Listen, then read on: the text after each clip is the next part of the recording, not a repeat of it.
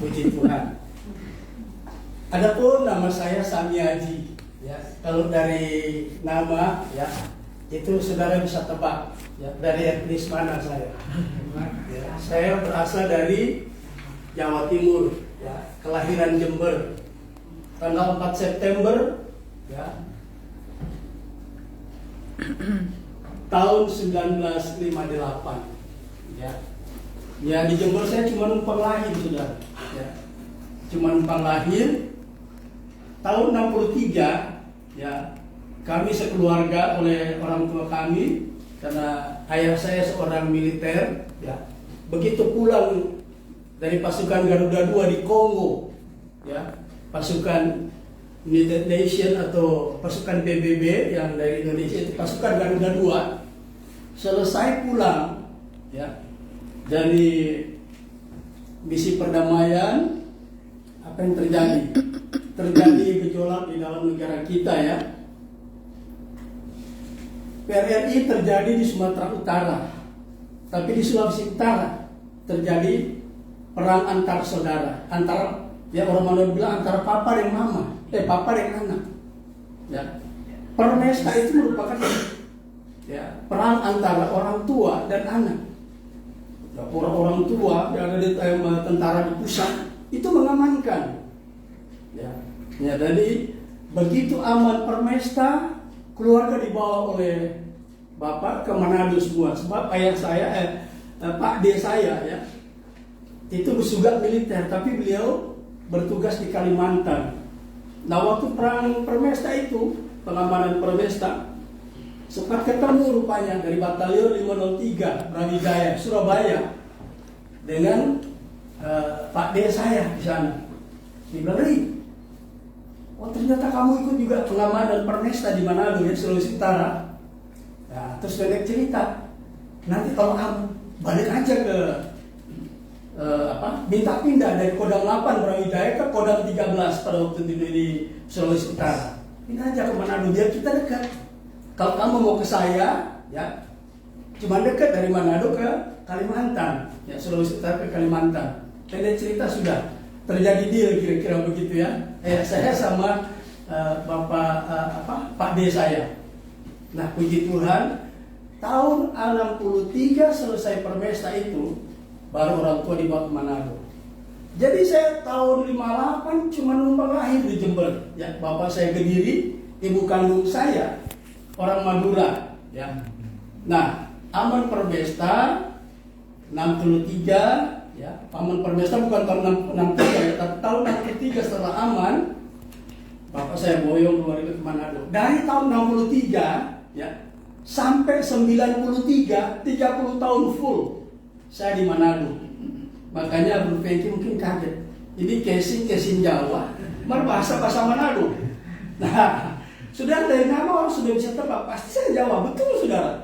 Cuma karena kelamaan di Manado, tahun 63 sampai 93 itu 30 tahun full, ya. Jadi mondok banget. Kalau bahasa Manado, bahasa Jawa, ya, baik yang kasar maupun yang halus tahu, tapi nggak ketara. Orang pasti nyangka, kamu Manado apa? Kamu Jawa apa bukan? Sebab bahasa saya lebih mondok Manadonya daripada Jawanya, saudara, ya. Nah, puji Tuhan, istri kami dua masih hidup, saudara. Dua-dua masih, istri pertama masih hidup, cuma domisili beda. Sekarang sudah di rumah bapak. Nah, tahun 2008 ketemulah saya. Tuhan kirim. Ya, puji Tuhan sama-sama, ya, alumni sekolah kita. Tapi puji Tuhan saya nggak pernah berdoa, Tuhan, kalau nanti Tuhan kirim pengganti, kalau bisa yang sudah sekolah kita. Nggak pernah minta, ketemu saudara. Ya, akhirnya kita matching. Kita satu melayani sampai hari ini. Tempat pelayanan kami Perum Pamulang Estate, ya, perbatasan antara Provinsi Banten, ya, dengan Jawa Barat, ya. Itu dekat ke Depok. Depok itu ke Jawa Barat, ya. Jadi antara Pamulang dan Depok itu cuma perbatasan, ada gapuranya. Nah, di situ kami melayani di perumahan Pamulang Estate. Anak kami 2, saya bawa 1, istri saya juga bawa 1. Puji Tuhan, Itulah sekilas perkenalan. Saya ada hari ini karena minggu kemarin. Itu pun sebagai akibat. Ya kita tahu ya dalam tanda petik ada persoalan di organisasi kita. Kalau nggak bakal ketemu dengan yang kita lakukan itu, waduh, itu ya familiar di kuping. Tapi orangnya kayak apa, istrinya sama-sama Amor, ternyata istrinya ibu gembalanya orang mana itu juga. Puji Tuhan kemarin kita ketemu di GBCL, ya, Gereja Bersama Citra Raya. Puji Tuhan, kira-kira sekilas ya perkenalan saya. Dan puji Tuhan, waktu yang indah kita akan pergunakan untuk mendengarkan firman Tuhan sebagai makanan rohani kita sebelum kita akan menerima makanan paling utama bagi orang percaya di depan kita. Saya lupa tadi ya, istri udah ingatkan dari kemarin tapi lupa. Biasanya kalau minggu pertama itu di PD so pasti itu pengetahuan Tuhan ya.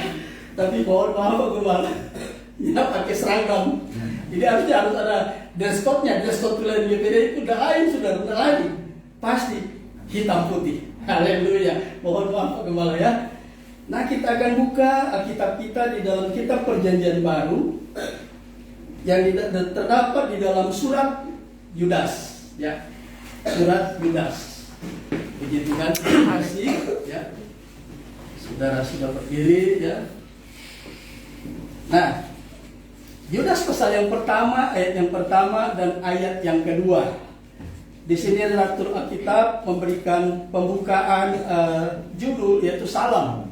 Dan ayat 1 dan ayat 2 ini merupakan salam dari penulis, ya. Demikian bunyi firman Tuhan. Dari Yudas, hamba Yesus Kristus dan saudara Yakobus, kepada mereka yang terpanggil, yang dikasihi dalam Allah Bapa dan yang dipelihara untuk Yesus Kristus. Ayat yang kedua, rahmat, damai sejahtera dan kasih karunia dan kiranya melimpahi kamu. Puji Tuhan. Silakan kita kembali. Saudara yang kekasih, sekilas tentang penulis kitab Yudas ini adalah saudara tiri dari Yesus. Ya. Jadi Yudas ini merupakan saudara tiri dari Yesus. Ya, perhatikan saya baca. Dari Yudas itu ada tanda koma. Ini menyatakan surat ini ditulis oleh orang yang bernama Yudas. Yudas ini adalah saudara tiri dari Yesus. Ya. Perhatikan, alinea kedua dikatakan hamba Yesus Kristus. Yudas menghubungkan dengan Yesus, dia adalah hambanya Yesus. Ya. Kemudian dikatakan dan saudara Yakobus. Hubungannya dengan Yakobus saudara Yakobus. Jadi baik Yakobus penulis surat Yakobus dan Yudas penulis surat Yudas adalah bersaudara kandung dengan Yesus. Ya, mereka saudara tiri. Kita perhatikan. Ternyata Yudas ini walaupun saudara tiri Yesus, dia nggak bilang saya saudara Yesus. Apa yang saudara tangkap di sini? Dari arti nama Yudas, kalau kitab terjemahan lama dipakai istilah Yehuda, surat Yehuda. Yehuda dan Yudas itu identik, ya, artinya sama. Kita lihat Yudas nggak ada, Yesus adalah saudaranya, tapi dia nggak bilang saudara. Di sini dikatakan hamba Yesus Kristus dan saudara dari Yakobus. Kita lihat 4 saudara laki-laki Yesus. Ya, 4 saudara laki-laki Yesus. Pada waktu Yesus masih ada di bumi, di Nazaret, kota tinggal Yesus, tidak ada satu mujizat yang Yesus buat. Kenapa? Karena saudara-saudaranya nggak suka. Ya, sekali peristiwa ketika Yesus ada di kampungnya, ketika dia sudah tenar, sudah tahu orang mana bilang, so top dia pulang kampung. Apa respon orang kampung? Nggak menerima dia, sampai ayah ibunya, ya, Maria dan Yusuf, mereka ada dia hubungan, ya, kasih store kekeluargaan itu ada dia. Sampai sudah apa? seorang nabi dihargai di mana-mana, kecuali di tempat asalnya atau di tengah-tengah keluarga. Secara manusia, secara lagi mengalami depresi. Itu dia ngomong di Nazaret, di tempat tinggalnya. Ya. Yehuda artinya atau Yudas artinya bersyukur. Amin, saudaraku. Tapi sebelum lanjut, sebelum saya lupa juga, dari pembacaan ini saya akan memberikan tema atau judul renungan pagi yang indah ini terdapat di dalam ayat 2 bagian akhir, ya. Dan kiranya dan kasih kiranya melimpahi kamu. Amin. Ini judul khotbah saya pada pagi yang indah ini. Jadi dari ayat ini saya akan memberikan judul khotbah, orang percaya harus mengalami yang namanya kelimpahan. Siapapun itu, tidak terkecuali. Kelimpahan harus menjadi bagian orang percaya. Perhatikan, saya baca lagi ayat ini bagian akhir. Dan kasih kiranya melimpahi kamu. Ya. Bagaimana kita bisa mengalami kelimpahan? Tapi sorry, GPDI anti teologi kemakmuran, termasuk saya. Kelimpahan yang dimaksud di sini bukan kelimpahan secara prosperity gospel. Bukan karena kemakmuran dengan mampu materi. Kalau kita kaya sih itu puji Tuhan, anugerah Tuhan. Saudara tahu penginjil terkenal Benny Hinn, sempat dia bertobat karena apa? Dia mengajarkan Injil kemakmuran, teologi kemakmuran. Sekarang gereja-gereja full gospel yang beraliran, teologi kemakmuran mulai satu demi satu keluar, lari kepada full gospel yang betul-betul Alkitabiah. Alkitab tidak mengajarkan kita untuk menjadi kaya secara duniawi materi. Salomo bilang, janganlah apabila kamu punya niat untuk menjadi kaya, tinggalkan niatmu itu. 1 Timotius 6 ayat 9 sampai 10. Karena cinta akan mamon. Ada banyak orang meninggalkan kasih Tuhan. Ya. Nah, tema khotbah saya, setiap orang percaya itu harus, garis bawahi kata harus, melimpah, mengalami kelimpahan. Kelimpahan dalam hal apa? Nanti kita akan lihat. Ya. Jadi ayat 1 ini adalah menyatakan tentang penulis kitab ini bernama Yudas. Ya. Kemudian bagian B ayat ini kepada mereka. Siapa mereka ini? Mereka ini adalah yang terpanggil, yang dikasihi dalam Allah Bapa, dan yang dipelihara untuk Yesus Kristus. Ada 3 hal. Surat ini dialamatkan, ditujukan kepada mereka. Siapa mereka? Pertama, yang terpanggil, yang dikasihi, dan yang dipelihara oleh Bapa di surga karena Kristus Yesus. Ya. Alamat surat ini kepada setiap orang percaya. Orang percaya itu yang terpanggil, yang dikasihi, ya, yang terpanggil, yang dikasihi, dan yang dipelihara.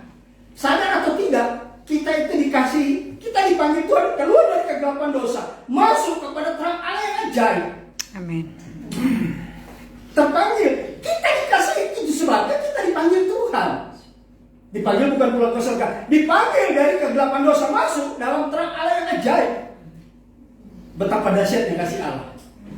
Status kita sebelum kenal Tuhan sebagai orang berdosa. Ketika kita percaya, status berubah. Roma 5 ayat 1, kita dibenarkan karena iman. Status kita dari orang berdosa diubahkan menjadi orang yang dibenarkan. Amin. Kemudian dipelihara. Sadar atau tidak, apapun kondisi kita, mau kaya kek, mau berkekurangan kek, kalau kita masih hidup sampai sekarang, itu karena cintanya. Amin, saudara. Kalau ku masih hidup sekarang, ini hanya cintanya. Amin, amin.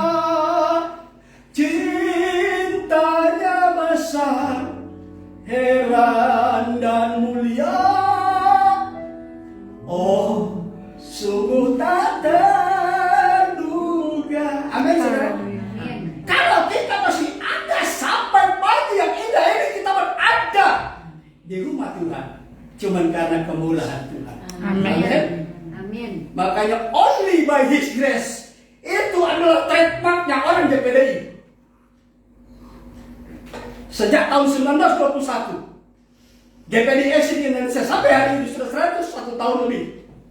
Setiap bersaksi apapun, puji Tuhan saudara sekalian, karena kemurahan Tuhan. Only by His grace. Amin. Apapun kondisi kita, itu karena pemeliharaan Tuhan. Amin. Amin, saudara. Amin. Tuhan itu baik. Siapa yang mau kelimpahan? Haleluya. Saya percaya nggak ada yang tidak angkat tangan. Dan hanya mau kelimpahan. Semua orang mau. Orang kaya, ya, high class, middle class, orang berkelas kambing sekaligus. Orang-orang kiri paling suka dengar kelimpahan. Tapi kelimpahan dalam hal apa dulu? JPDI bahkan Alkitab tidak pernah mengajarkan teologi kemakmuran. Tapi kalau kita diberkati kaya itu karena anugerah Tuhan. Amin. Kelimpahan dalam hal apa? Kita lihat. Ini yang harus kita miliki. Pertama, ya, jadi pertama Yudas itu, arti nama Yudas bersyukur. Kalau kita masih hidup, kalau dia bisa melihat Yesus yang dibenci dulu sebelum hari Pentakosta, murid saudara-saudara kami Yesus baru percaya Yesus setelah hari Pentakosta. Peristiwa abrupt terjadi di sana, terjadi perubahan dalam keluarga Yesus. Tapi memang tidak diceritakan. Maria, istri Yusuf, ibu secara daging daripada Yesus, pada waktu itu ada. Yakobus ada, termasuk Yudas ada. Kemurahan Allah yang terjadi kepada Yakobus dan kepada Timotius dan kepada Yudas, apa itu? Tuhan rubah hati mereka. Tadinya tidak mereka akui Yesus adalah Tuhan. Setelah tiba hari Pentakosta, mereka salah satu dari 120 orang yang menanti. Yesus bilang sebelum dia naik ke surga, Lukas 24, jangan kamu tinggalkan kota ini, tinggal di tempat ini, di kota ini. Sebelumnya kamu akan diperlengkapi oleh kekuasaan dari tempat yang mati, yaitu Roh Kudus. Yakobus bisa bilang, dengan Yesus, dia cuma hambanya. Kalau kita ingin mengalami kelimpahan yang Tuhan menyatakan bagian kita ini, milikilah kerendahan. Amin. Yudas bilang apa? Dengan Yesus aku cuma hamba, tapi dengan Yakobus itu saudara. Kalau kita ingin mengalami kelimpahan, kita harus selalu mengucap syukur kepada Tuhan, bersyukur. Yang kedua, memiliki kerendahan hati. Kan sebenarnya mudah, saya baca lagi ya. Dari Yudas, saudara Yesus Kristus, mudah kan? Tapi kenapa dibilang hamba? Bukan saudara, tapi dengan Yakobus, perhatikan ini. Ya, ini kesaksian, ya. Ini kesaksian dari Yakobus kepada para penerima ini surat, ya. Dari Yudas, hamba Yesus Kristus dan saudara Yakobus. Kenapa dia nggak bilang saudara Yesus Kristus dan Yakobus saudaranya juga? Lihat orang yang bersyukur kepada Tuhan mengalami perubahan yang ajaib. Amin. Dia menjadi orang yang rendah hati. Tadinya dia nggak suka sama Yesus. Sampai sana sini di kota Nazaret bilang, bukankah ini anak tukang kain, dorong pandang enteng. Yesus gak masuk hitungan bagi orang Nazaret. Tapi puji Tuhan, Yakobus, Yudas, Tuhan sadarkan waktu peristiwa belum terjadi. Pada hari Pentakosta, hari yang ke-50, diubahkan. Saudara, bagaimanapun latar belakang kita, kalau kita sudah dipanggil Tuhan, pasti Tuhan akan ubahkan kita. Jangan kita tahu bersyukur, bisa tahu bersyukur. Jangan orang mana dulu, aduh, balanga suka palaka. Dapurnya ada asap. Dia mampu mengucap syukur. Amin. Ini dia mau. Ya. Nah, sekarang apa yang Tuhan mau kita mengalami kelimpahan ini? Pertama, kita lihat ayat yang kedua. Rang pertama, kita harus mengalami yang namanya kekelimpahan, yang namanya rahmat. Ayat 2 bagian ayat pertama dikatakan ya rahmat. Itu ada koma-koma, tanda-tanda baca. Tuhan mau kita mengalami kelimpahan dengan rahmat. Apa sih rahmat ini? Dalam teks asli Yunani atau textus receptus dipakai istilah eleos. Apa artinya eleos?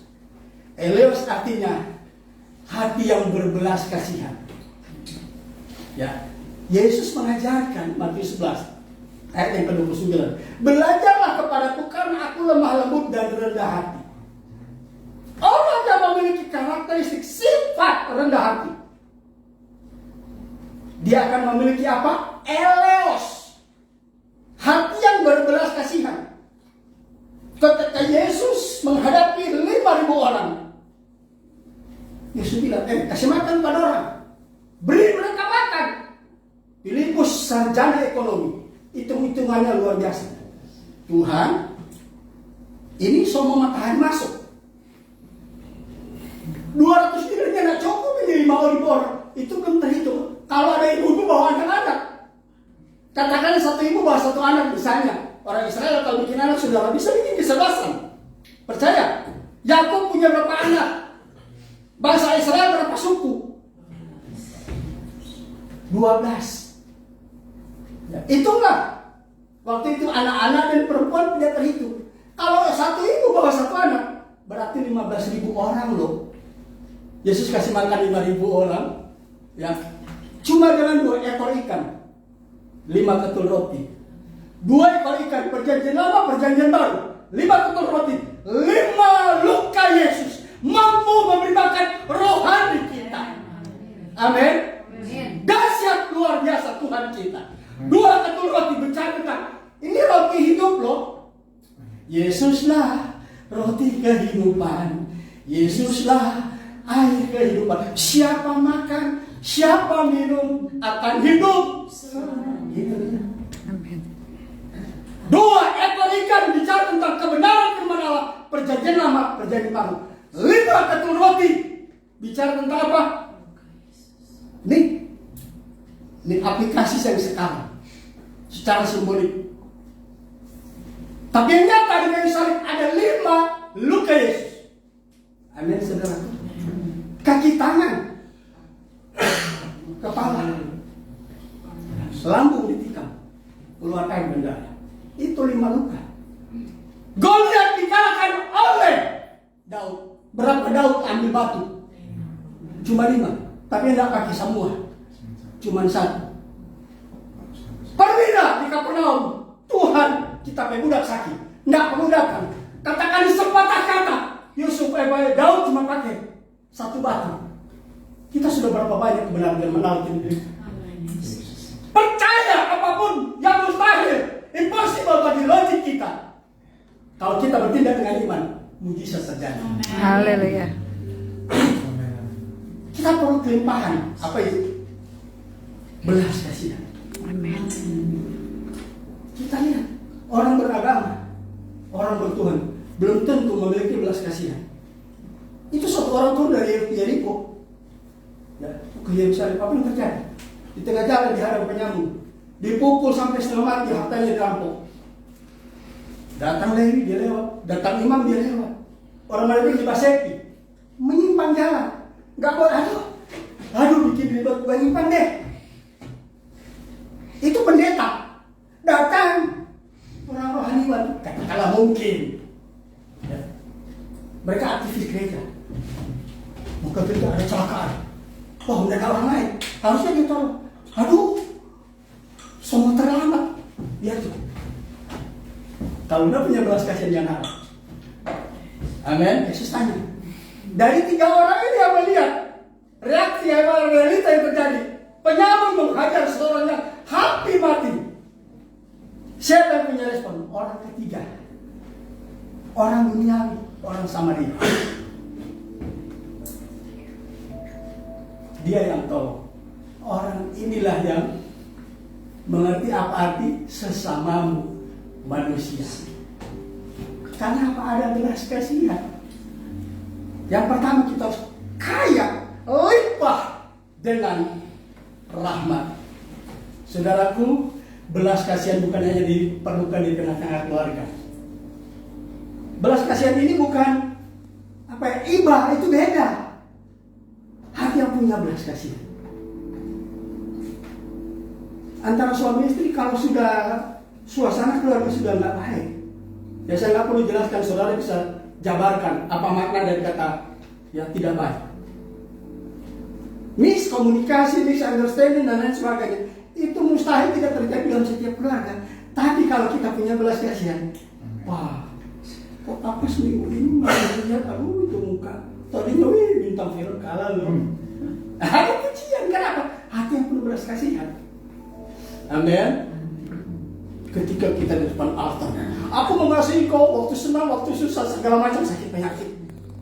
Begitu datang sakit penyakit, ya ada kesusahan suami.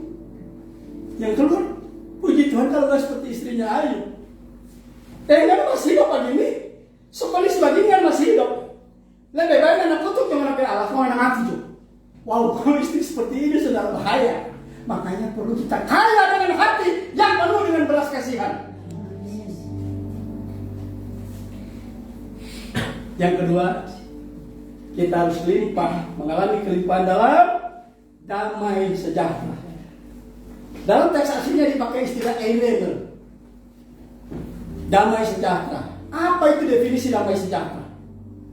Ya, definisi damai sejahtera sebelum saya jelaskan, kita lihat Filipi 4 ayat yang ke-7. Ya, Filipi 4 ayat yang ke-7.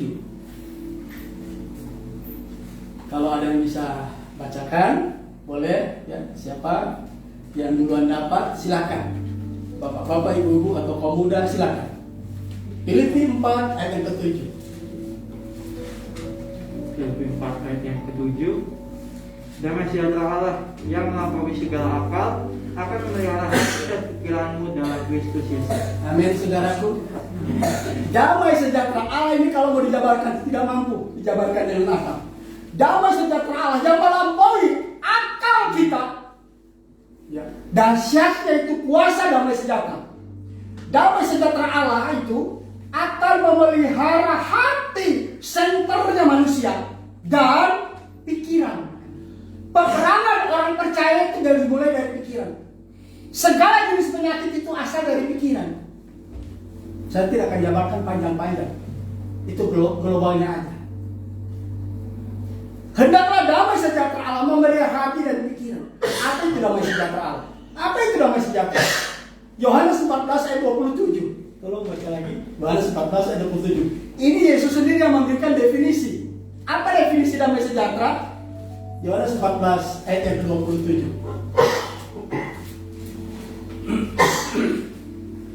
Yohanes 14 ayat ke-27.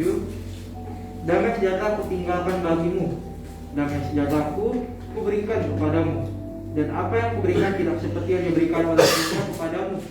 Janganlah gelisah dan gentar hatimu. Amin, saudaraku. Janganlah gelisah dan gentar hatimu. Kalau janganlah gelisah dan gentar berarti ada apa? Di Yesaya bilang 32 ayat 17. Di mana ada damai sejahtera akan lahir. Adakah damai di hatimu? Adakah sukacita? Izinkan Yesus Raja damai itu di hatimu bertahta. Di mana ada kebenaran, di situ akan muncul damai sejahtera. Sebagai akibat damai sejahtera akan muncul apa? Di situ dijelaskan ada 3 hal. Kebenaran, di mana ada kebenaran akan muncul damai sejahtera. Kebenaran itu adalah Yesus. Yohanes 14 ayat 6. Akulah jalan, and the way, and the truth. Oke, akulah jalan, akulah kebenaran, dan akulah hidup. Di mana ada damai sejahtera di hati kita. Itu maksud Paulus. Hendaklah damai sejahtera Allah. Siapa damai sejahtera Allah? Itu Yesus. Kebenaran muncul, damai sejahtera muncul, kemakmuran. Bukan makmur secara materi. Tapi puji Tuhan kalau kita diberkati Tuhan. Moyang Israel itu kaya-kaya, Abraham, Ishak, Yakub itu bukan orang kere. Orang kaya. Daud, banyak, pokoknya Muhammad itu orang kaya. Kalau pakai di Alkitab. Amin, saudaraku. Miliki damai sejahtera. Ini merupakan obat penawar ketika ada sesuatu yang nggak beres dalam rumah. Amin. Katakanlah ibarat kita digigit ular, ini alat penangkalnya. Supaya nggak ada cetos miscommunication, ya, misunderstanding. Ini damai sejahtera perlu.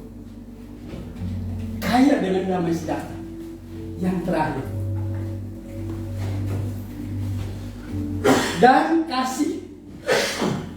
Kasih ini dipakai istilah atau dalam tekstus receptus berasal dari kata agapau yang kita kenal dengan istilah agape. Milikilah kelimpahan kasih Allah. Kasih Allah itu menembus segala tembok-tembok. Kalau kita punya kasih Allah, kita bisa mengasihi orang lain. Musuh kita bisa kasih. Bahkan Yesus aja, berkatilah siapa yang menganiaya kamu. Tidak masuk akal agama Kristen. So menganiaya saya bukan cuma difitnah, kita dianiaya. Tuhan perintahkan, berkatilah mereka. Bisa saudara? Gak bisa kalau kita bukan orang beriman. Ya. Paulus bilang, balaslah kejahatan yang orang buat kita harus balas. Dengan apa? Bukan dengan kejahatan, dengan kebaikan. Roma 12:1. Betapa dahsyatnya Tuhan kita punya ajaran, sehingga kita bisa memiliki moralitasnya Allah, karakteristiknya Yesus. Tuhan Yesus memberkati kita sekalian. Puji Tuhan. Waktu selanjutnya kami kembalikan.